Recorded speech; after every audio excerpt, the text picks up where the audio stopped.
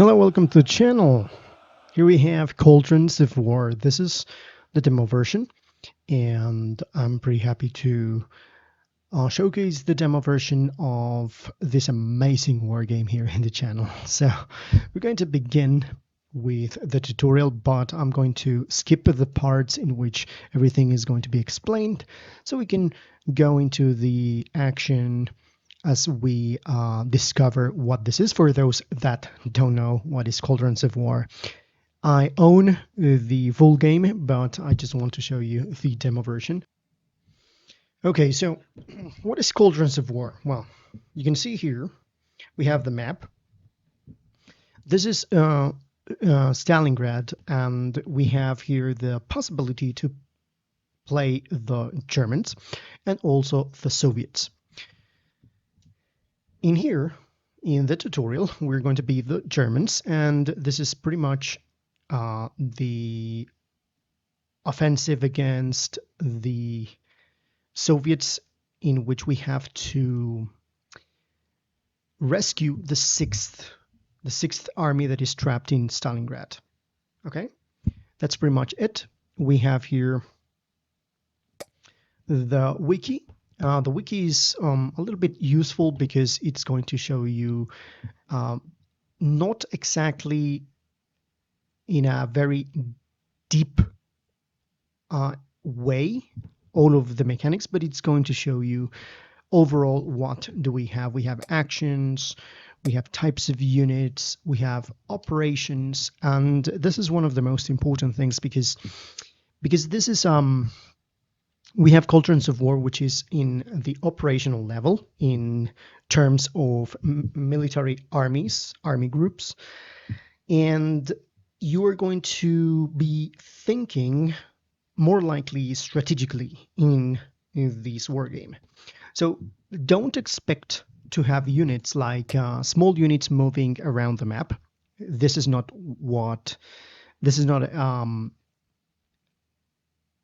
tactical, or for example like Men of War and stuff like that. This is purely strategical and in a big picture.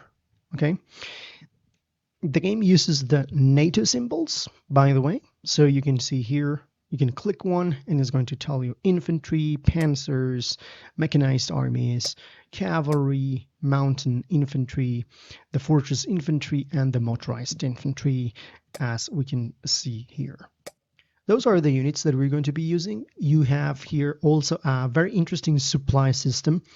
The supply system here is based on theaters, is based on operations, and it is quite good.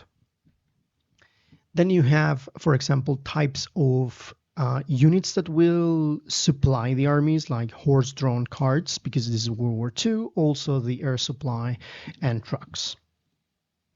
We have a lot of stuff that has to do with armies. We have tanks, normal stuff. This is a World War II, so we have artillery, supply trucks, and also infantry.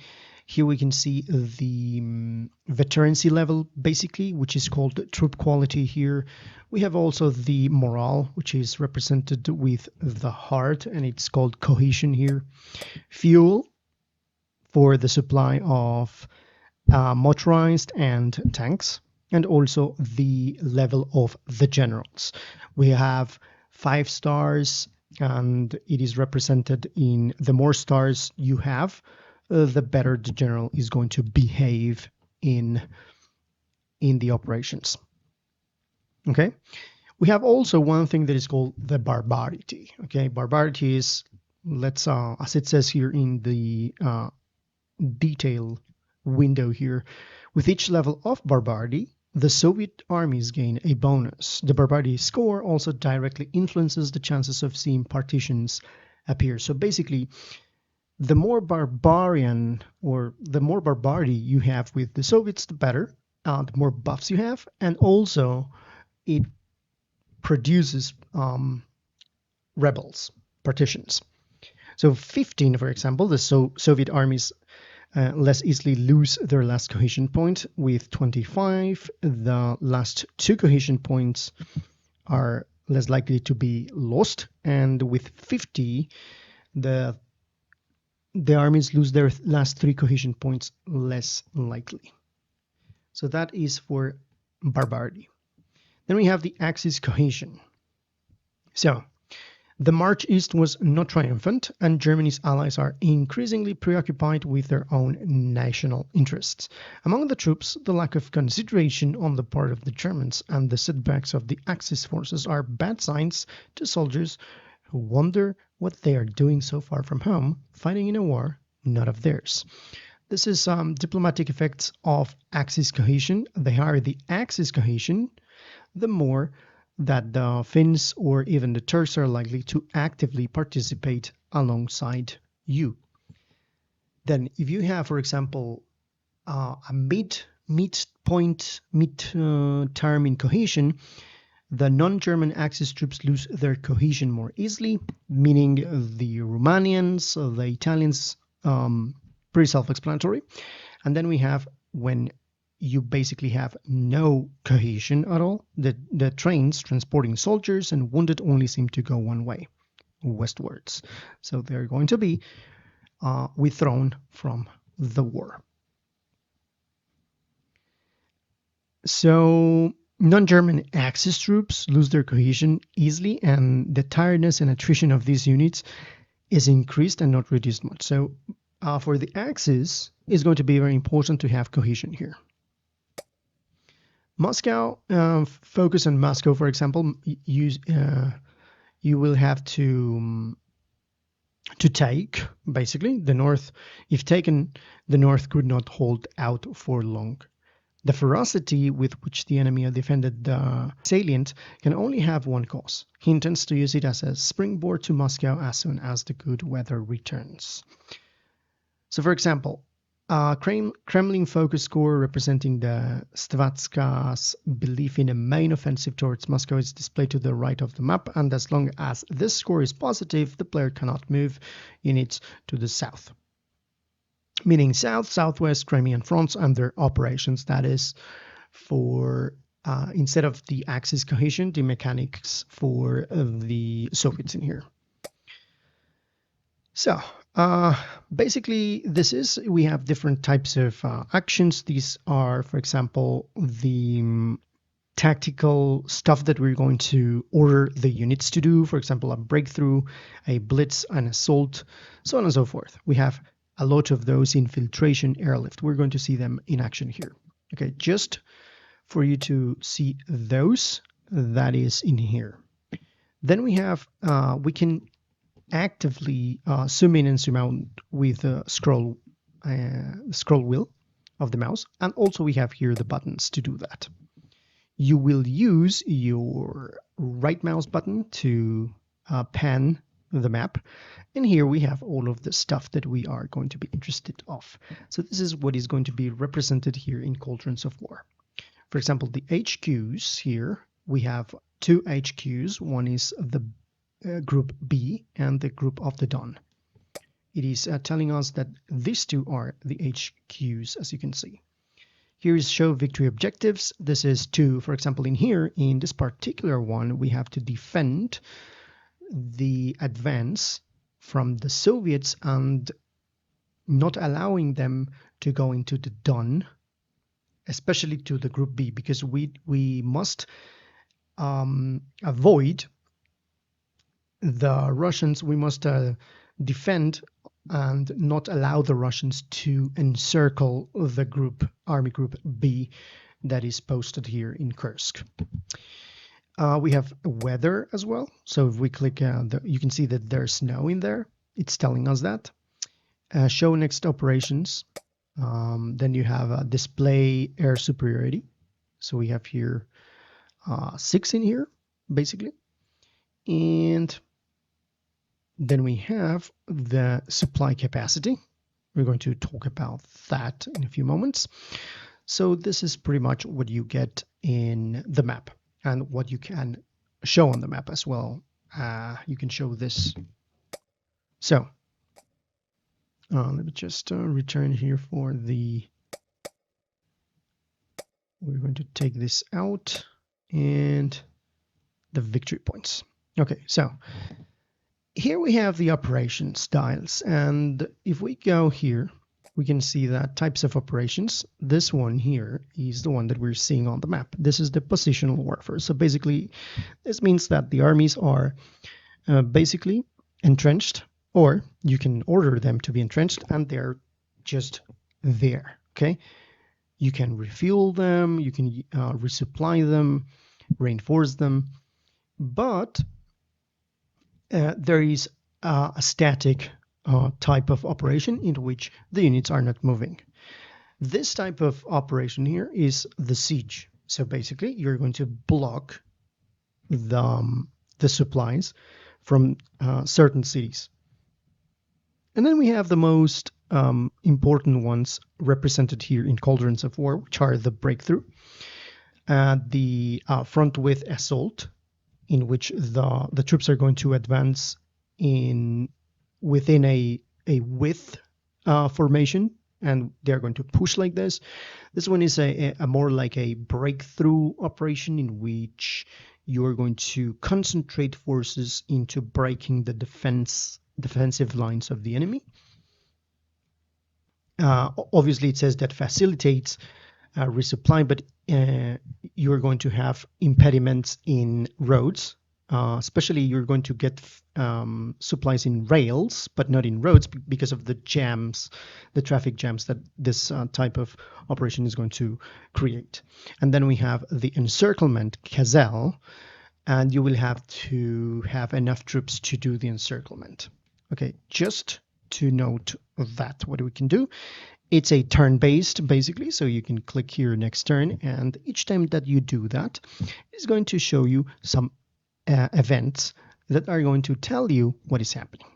Okay, so let's see, we have here an enemy Russian force that is advancing here in an assault with formation. So if we click here, just going into what Cauldrons of War is, you can see that here you see a window like this with the troops. These are the armies. We can see that this is a tank, most likely army group here. If you click it, you see the 5th Tank Army. And then it is going to give you a description, and here we can see, especially because we're the Germans, we cannot see all of the enemies. Basically, we need to do a little bit of infiltration, recon stuff. But at this point, we know that they have something around 4 in terms of tanks, 2 to 6 in terms of artillery, 3 to 12, and 1 to 3 in terms of infantry. We can see also that the cohesion is very low. We can see that they are green because this number here, this actually not the number, this symbol here is going to show you, it's going to be color coded in 3 different colors: green, silver, and gold. Gold means veteran. Silver means that the troops have been in war. They have already fought before, and they are like standard. And then we have the green ones, which are the ones that are entering the war with no experience. And in this case, the Russians have green with half cohesion. And the commander is something good, not so bad, but not so fantastic. We don't know how much fuel or how much ammunition they have in this case. And when you click here, this is the army. And if you click here, this is basically the next subdivision of the army. So just for you to not confuse this as a separate unit, but it's basically part of the army. It's part of the 5th Tank Army. That's the reason it is smaller in size. And here we have ourselves, we have the 48th Panzer Corps, and they are here to counter the Soviets on the Cher River. Okay, so this area, for example, the area in which we have, let me show you here. This would be here, this part. So in here, this is the shared donuts drive. It says 0% because this is the progression in which the operation is going. You can see it here. This is the operation progress. Yeah, but here we can see that, for example, the air superiority in this area, it says is disputed. This is the maximum rail capacity for the operation. We have also here a different one, which is the rail capacity for the whole thing. Okay, you can see the difference here. It says maximum rail capacity, which is the logistical capacity of a front or an army group. And here we have the railway capacity indicates the number of armies which can receive the supplies per week. By the way, each time that you click end turn in the turn-based aspect, you're going to go and 1 week is going to pass. Here we have the width of the front. If you ever played Europa Universalis, this thing is going to be a little bit familiar. This is the width of the front. So the bigger the number, the bigger the front. It's basically the number of armies that would take active action against the enemy. Okay, and this is for that. Then we have here this is the Armata Italiana, which is posted here in Russia. These guys, they are going to be confronted basically with the 6th Reserve Army of the Soviets, which is pretty interesting because at this point we don't know how many of these troops they have in terms of tanks. We don't know. By the way, I think it is this because this symbol here in the army, it says that is an infantry counter. That doesn't mean that there are no motorized inside. What this means is that there are more infantry troops than others. So don't confuse that. Okay. So we have 6 to 12 in between those. And we know that they have, at least our understanding is that they have 1 to 6 trucks and 4 or so artillery, but no tanks to be seen. Okay. They are very, very well with good morale, but they don't have a good commander. In the other case, we have a very good commander in terms of the Armata Italiana. We are not so good in morale. I think this is because we are, well, basically they are very far away from Italy. But another interesting thing that we have to note here is that they are green, the same as the troops of the 6th Reserve Army of the Soviets. Okay, this is the 35 Corps, which is the corps from the Armata, which is the army. So that's why I said that all of these are corps. Okay, those here, small ones, are corps of the whole army.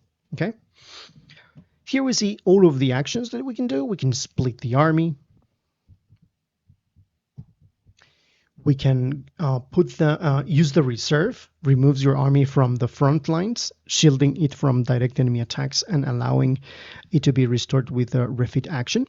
If the game does not offer to out in reserve a particular army, it is undoubtedly because its current situation prevents it.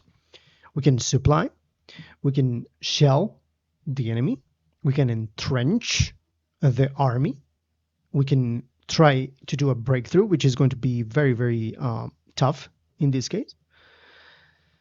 Also, we can do a refit, which is the action of refitting a unit placed in reserve or before an operation is launched.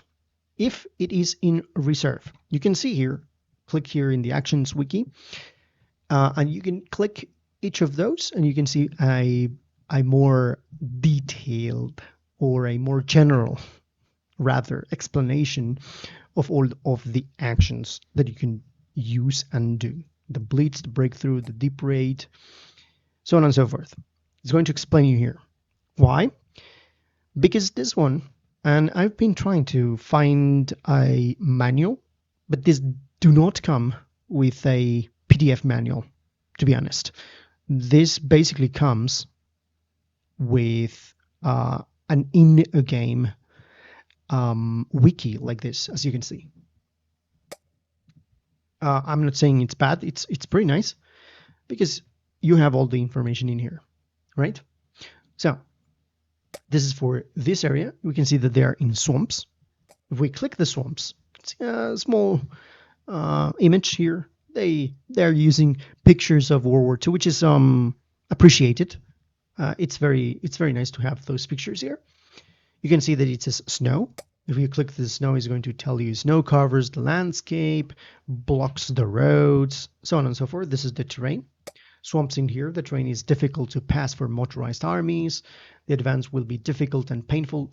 All of these small information about the terrain is going to be crucial for you to decide which type of operation and or which type of action would you like to do with said army. So this is crucial. It's very important. In here we can see that also, apart from being on snow, on swamps, we have woods. Okay, and it's going to tell you what is going to happen in or if the army moves around woods. It says this region is a woodland, means that aerial actions are less effective and certain actions such as air reconnaissance are deactivated. Take a look at that. Partitions and bandits will also be more dangerous and difficult to eliminate. Pretty self-explanatory. We all know why. Then you see here the command. The command is the score that represents the capacity of the army group to give orders and to give command. So, in other words, to do actions. Each action consumes command. So that is good because now you understand that in this case, you have 1 star in command. So you don't have too many actions to do. You can see that each of those will consume 1 action. Split army 1 command, the supply 1 command, the reserve 1 command, so on and so forth. This is for the Armata Italiana. So absolute armament, interesting, because it says that this unit is equipped with outdated equipment. We all know this. This is pure historical stuff about World War II, but it's good to have all of this information in a single spot for each of the armies that you click. So basically, we are here doing a more abstract understanding and representation of the strategical situation in our heads with all of this information.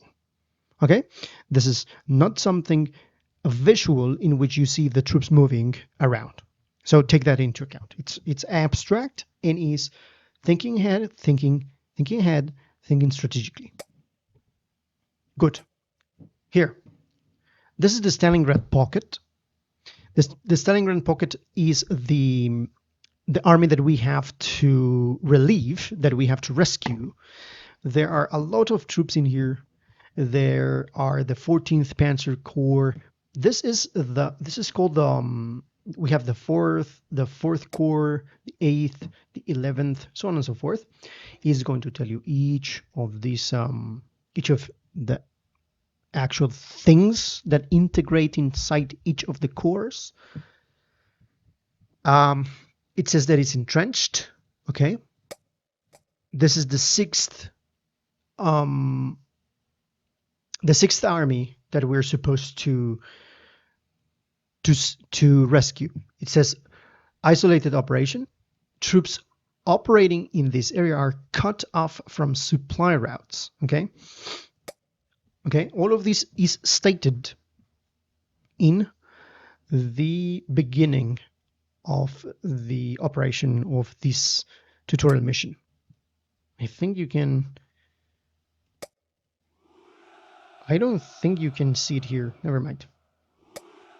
Okay, so this is the pocket that we have to save from Stalingrad, and we have a huge army here, but we have also an army, again, the 5th Tank Army, that is pushing through this area. And this is threatening us in the Don and the Army Group B, and it will threat the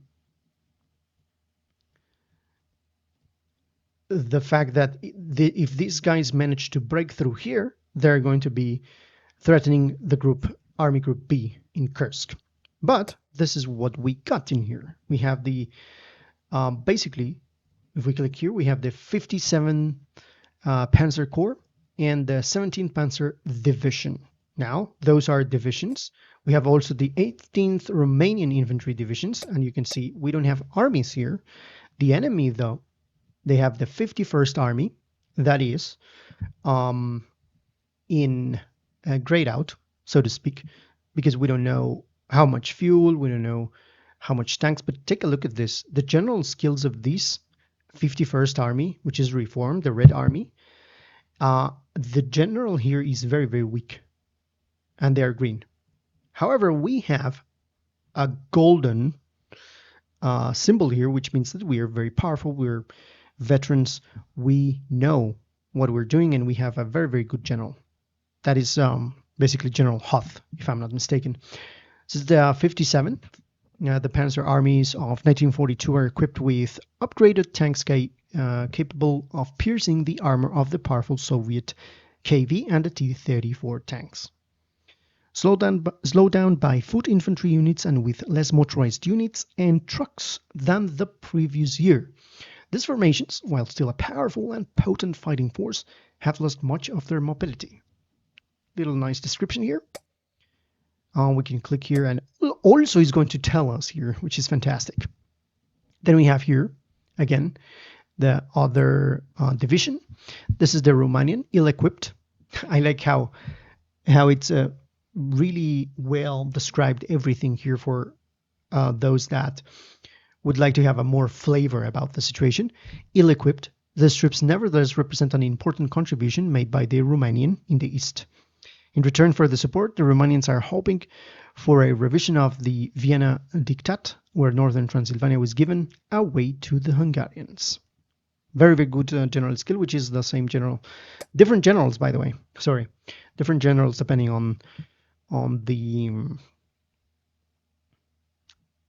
division that we're choosing here, selecting. You can see that this division, particular one, it's reserve, and it's represented with this one here, this symbol. Okay, you can see here that we can go for strategic reserve or Chirdonets drive, which means that this action allows your unit to join a neighboring operation. Okay, but continuing here, the reserve, this army is not on the front line. So you have to understand that this is not representing the position. You have to understand where are them depending on if they are an active army group or a reserve. Okay, this one is not a reserve. This is a cavalry division, and is actually represented with the NATO symbol of cavalry. These well-trained units will be perfect in reconnaissance. And usually, because there's a lot of information in Cauldrons of War, you're going to usually overlook some of the divisions, or one army here, one army there. You're going to miss the fact that you can use command points to do something separated. Now, this is not separated from each of the divisions. This is basically the army, okay? I think particularly this is used using the army group command, which is, as it says, you will need to manage your command points, because if several of your operations depend on the same front of the same army group, you will need to manage the command because they will become onto both operations. So take that into account. Okay. So with that being said, we know now that we have a lot of options now, right? We can go also clicking here in this area. We can click this HQ. This is the Army Group HQ. Interesting, very, very, very interesting, because here we can click and see where on the map are them, the command that they have. And here we're using command points to do Claymore aircrafts, Claymore reinforcements, Claymore trucks. This is specifically for HQs. Okay, we have 6 aviation, we have 25 trucks, and we have rail capacity, as I said at the beginning of the video, the rail capacity indicates the number of armies which can receive an automatic supply each week. Okay, so yeah, we have and we can do plenty of things. This one is only with one command. This is the HQ of the army group B, and you can do the same thing. Okay, so let's see here. Let's begin the thing here. How much time do we use to explain basically what we're seeing? 30 minutes. Okay. Well, let's try to win this. According to this thing, we have 2 points by defending the Rostov-Don and also defending the Tyr and the Don. We have 2 points each. If we maintain our forces alive in this offensive, then also we gain in between 3 to 2 points, I think, if I'm not mistaken. And basically what we need is 6 points to win this. We have a huge army here that if we grab these, we're going to get basically the most powerful amount of points that we can do. Okay, so using the 5 points for the HQ of the Don. Now, take into account that this unit, these guys here are using the command points, the Armata Italiana. They are using the command points of the B army. You can see here, because if you hover here, you see that it's 0%, and it's connected with this group. But the Don is connecting all of this, so you can see. This means that if we go now, we have the 5 points. We can use this, and we're going to be using 1 point.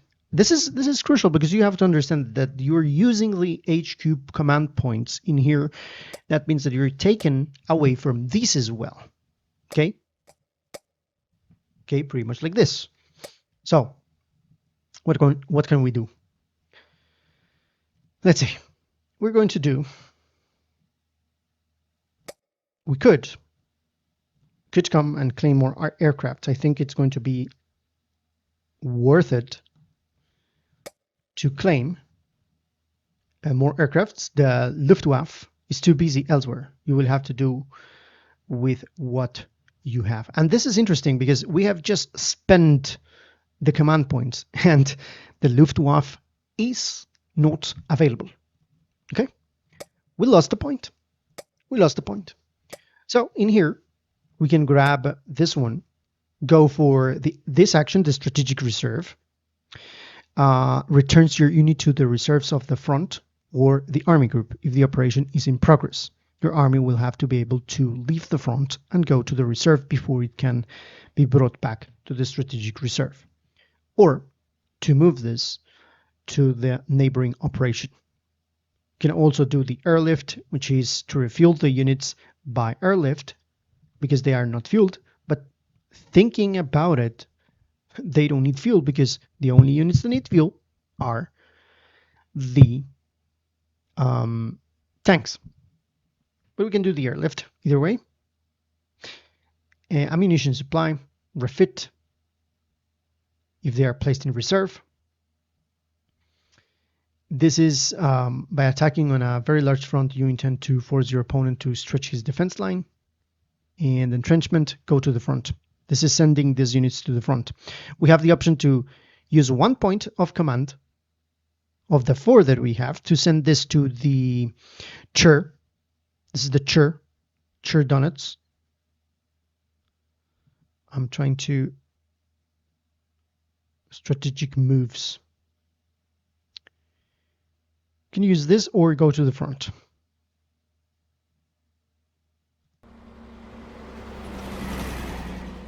Good.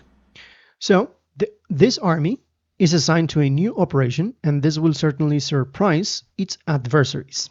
So the 18th Romanian Infantry Division is now assigned to the Chur Donuts. It's not there, but we hope that is going to be here. For some reason, I don't see them. No, it's here. Yeah, sure. So here we are ready to do something here with the 3 points that are left, meaning that this 5th tank army is going to be now, we're going to try to stop it with the panzer corps, with small amount of infantry, and this tanks, and also these guys here.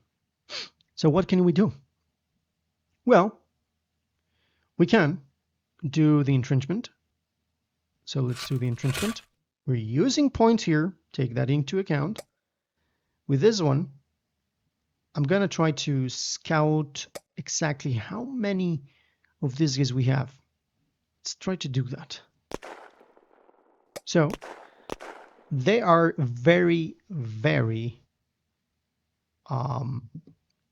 strong in terms of tanks, as you can see. Now that we have sent the reconnaissance, we know what is exactly what they have. Okay, so let's see the log. Scouting the 48th Panzer Corps versus the 5th Tank Army. An in-depth reconnaissance of enemy systems was carried out. The defense setup of the 5th Tank Army has no secrets for his opponent. Okay, now we have the option to do several other things like this. Let's remember that we can either general offensive. We can also send to, well, we can send this guys to the Cheerdonets, which is going to be interesting. Cheerdonets drive to stop them would be amazing, but we have only 1 point left, so let's see. Let's do that. Why not? Sending this 17th Panzer Division to protect the other side. Fantastic. And we don't have more to defend. We're going to be here left with only the 57th Panzer Corps, the 5th Romanian Cavalry, and the 8th Romanian. In here, we have now the tank. We don't have more possibilities, but at least we can. The 17th Panzer Division is now here in the Cheerdonets. The army has been assigned to these new operations, so we can withstand this amount of troops because we have plenty of tanks right now. Like 3 against the 6. We have more possibilities here. And in here, we're going to go straight to entrenchment. So the Armata Italiana, the trenches have been dug, the barbed wire unrolled, the mines buried, the shooting fields prepared, and cute little log bunkers tastefully laid out. The only thing missing is the enemy. Okay, so we don't have more points from our command, so now we'll have to end the turn. The Soviets. This is the next phase. When you click end the turn, you will see events for the week. So Saturn, the Soviets have just launched a powerful new offensive across the Don. The thick fog confuses the situation, but it seems our defenses will not hold up for long. The offensive is clearly aimed at Rostov and possibly to the Dnieper. The General Staff is tempted to send all possible air resources to stop the offensive, but aren't we giving way to panic? So we have to hold with no effect, or let's send them means urgently, which is going to aircrafts from Group A. Don and Crimea are going to be assigned to Group B. Do we do this? We could do that. Why not? So let's see. Okay, now.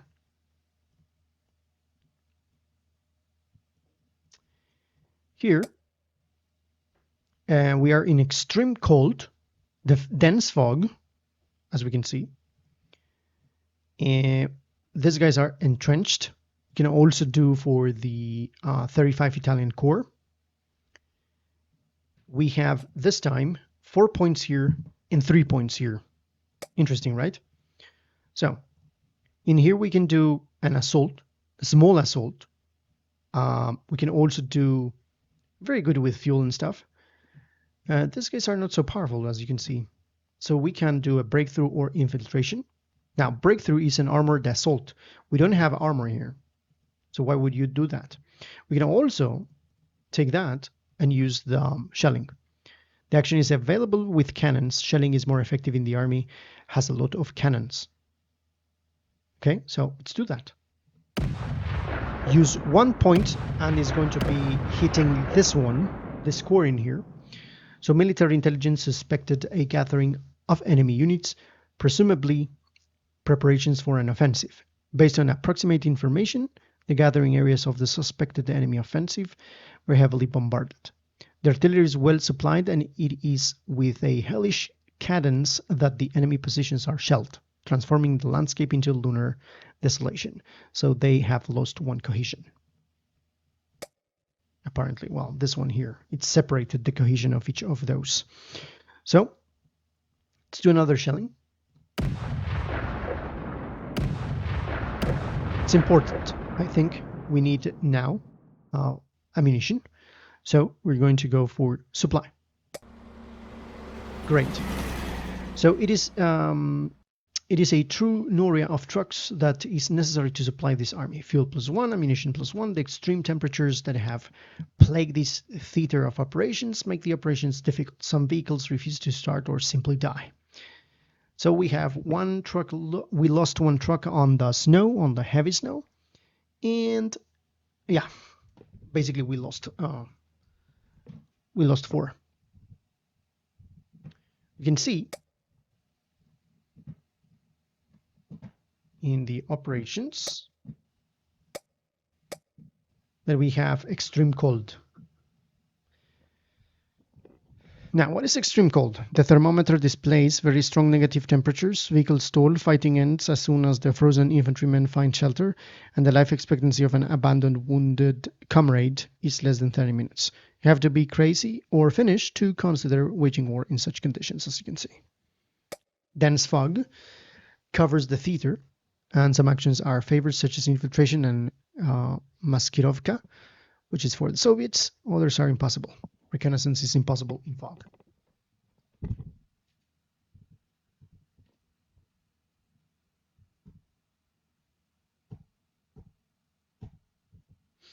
Okay, so no more points in here, so now we can defend in here. So what we're going to do here, we're going to do general offensive, a breakthrough, basically.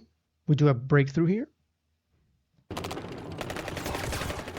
The panzers set off, ready to pierce the opponent's lines, and they lost 3 cohesion, which is very good.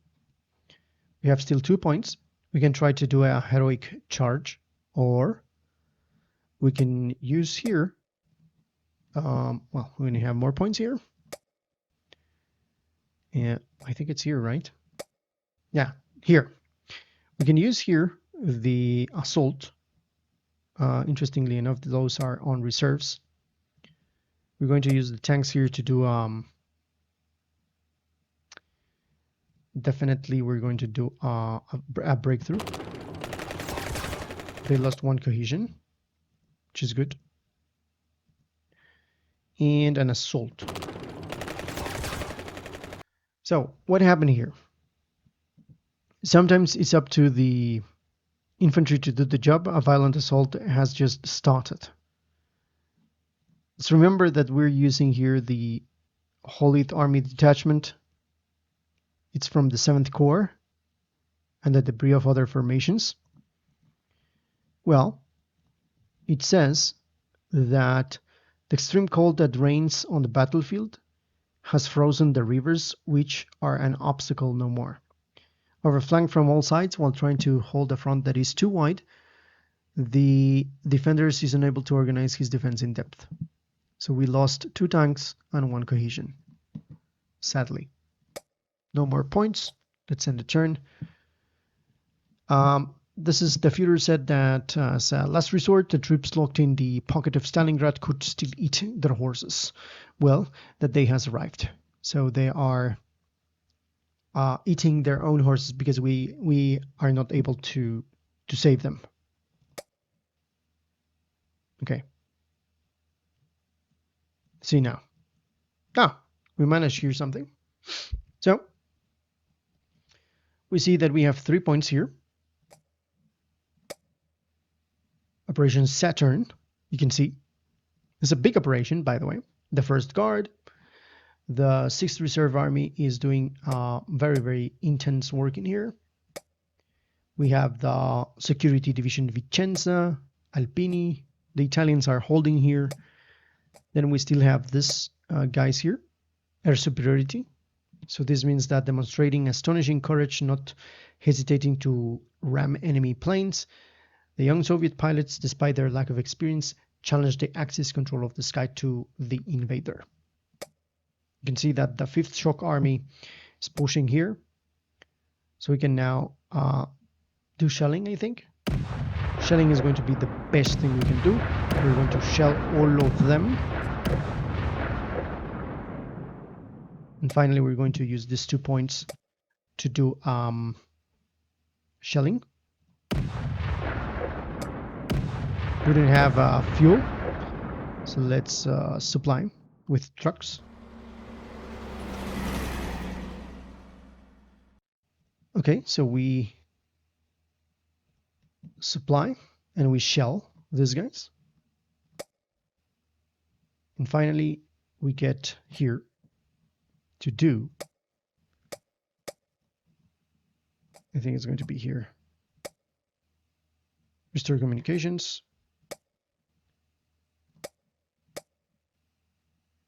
Let's do an assault. And that's it. We don't have more points, as you can see. Just manage to expose the flanks of this guy by attacking or piercing. This army has lost contact with the neighboring armies. So everything is going to be shown in all of the events that happen each time that you finish. The barbarian cauldrons. The Russian soldier no longer has any illusion about the customs of the Germans. It is now for his homeland that he is fighting. With the energy of despair and hatred of the invader, the Germans will quickly face this increased fight spirit, the barbarity. So they gained barbarity, as we discussed at the beginning of this video. Okay, so here, still defending. We're pushing back, I think. We're retreating. These guys are forcing us to retreat. In here, we're still holding. We can do shelling. And here we're going to push with a breakthrough. We also, we're going to do a deep raid.